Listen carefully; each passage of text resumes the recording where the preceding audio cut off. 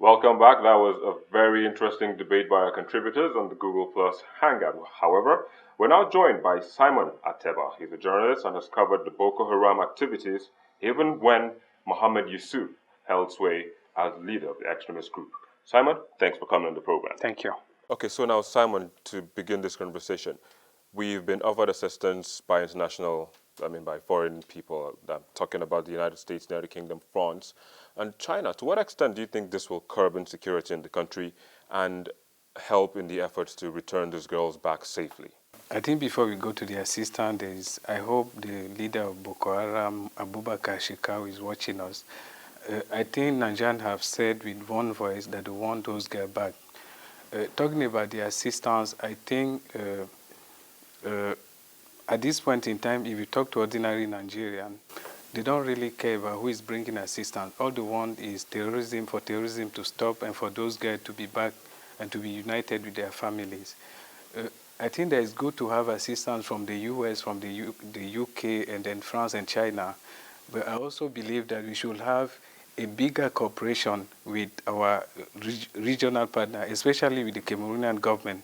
I remember when I was in Cameroon, I spent a week, I didn't read a single thing about Boko Haram. The capital of Cameroon is almost 800 kilometers away from the Borno, the border with Nigeria. And they don't really see it as their problem. They see it as a Nigerian problem. And even the media in Cameroon doesn't really feel it's a problem that's affecting Cameroon. And that's because both countries have not really engaged. The Nigerian government and the Cameroonian government have not really come together to fight the Boko Haram issue. And until both governments come together to fight this issue, they can't really succeed, because what happens is they come to Nigeria, commit those things, sometimes run into Cameroon or the Sambisa forest, but at least they have a free, they have the liberty to go out and then come in. And until you can tackle them from both sides, I don't think they can successfully tackle the Boko Haram threat. You're talking about Cameroon, but Nigeria, is also bordered by other countries like Niger Republic. How do you think we could organize ourselves that's regionally, talking about regional cooperation to end this scourge, not only in Nigeria, but to stop it from going into these neighboring countries? I emphasize Cameroon because of the Borno State. Boko Haram headquarters is in Borno State. I remember in 2009 when I went to the railway terminus where Mohammed Yusuf used to live. He used to have his camp there. I've gone inside. It was a big camp, a big expanse of land. And so at that time, I was wondering that how come this guy was able to operate here, preach hatred and hate, and he wasn't denounced by anybody. Now, that's why I emphasize Cameroon, because the Cameroonians, they are sharing a border with the Borno State. And that's where those people are. But I don't think that we have enough cooperation between those governments. That's the Nigerian government and the Cameroonian government, the Nigerian government and the government in Niger. Also, there's Lake Chad that is there, but I'm not sure, I don't believe the terrorists go through the Lake Chad. I think we need to do more. We need more cooperation and sometimes maybe financial cooperation, because those people don't feel this problem is their problem. They just feel this is a Nigerian problem, and as the biggest and the richest country in Africa, the Nigerian government should be able to deal with an internal threat such as Boko Haram. Okay, talking about funding now, the former British Prime Minister Gordon Brown and presently the United Nations envoy on education has raised a sizable amount of money. And, people are actually looking at that amount. To what extent do you think it will help security in schools? Especially looking at the fact that we don't have classrooms, we don't have textbooks in some parts of the country, in most parts of the country.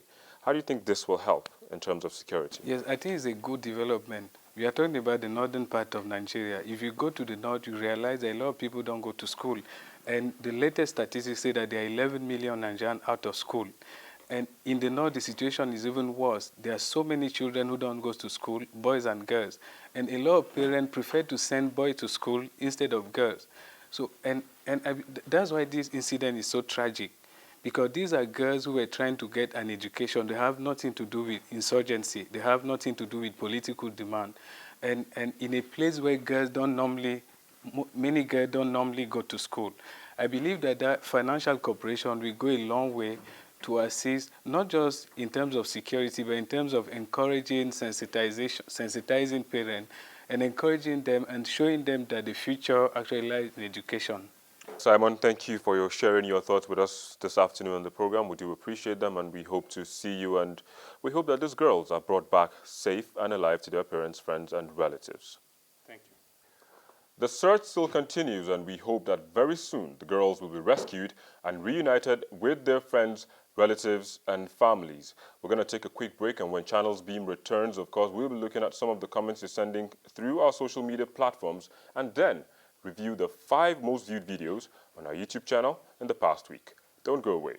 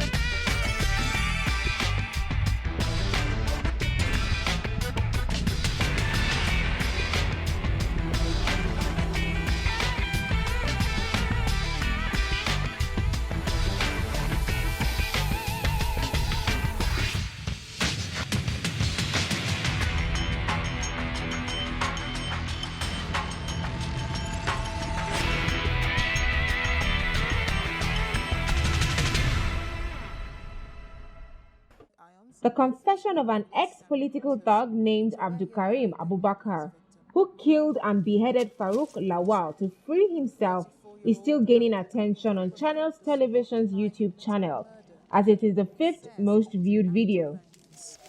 The boy become threat to my life. Okay, how much were you paid to kill him? I was not paid to kill him. I did it. I shoot him myself to free myself. I did not pay. Nobody sent me to kill him. He offended me. He's killing my family because he want to kill me. That's why I go for him. At number 4 is a report on the second bomb blast in Yaya Motor Park area, which claimed the lives of at least 19 people. The 3rd most viewed video shows the testimony of a Yaya bomb blast survivor who was saved as a result of his thirst. I don't know. I just step out, close the other side there. I just hear boom. Then I say, what's happening? Before I know, I start people will start running left and right. I can't even know the real vehicle that. I can't really know the vehicle. That's the plain truth. At the number 2 spot is a Channels TV report on Chibok schoolgirls who escaped abduction by Boko Haram members as they share their experience.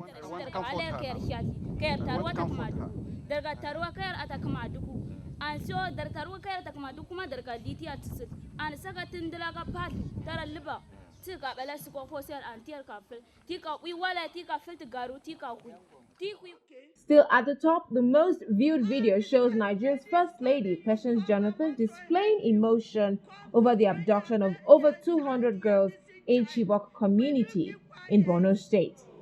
Chai, there is God, oh. There is God, oh.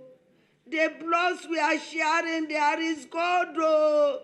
There is God, oh. There is God, oh. There is God, oh. There is God, oh. There is God.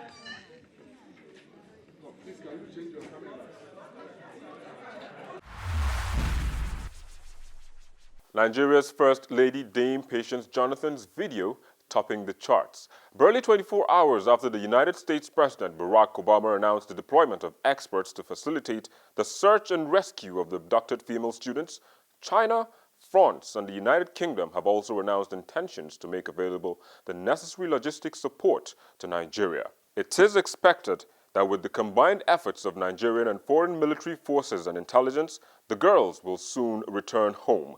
This is where we draw the curtains on this edition of the program. I am Victor Mathias. Follow me on Twitter to continue this conversation online. Thanks for watching and goodbye.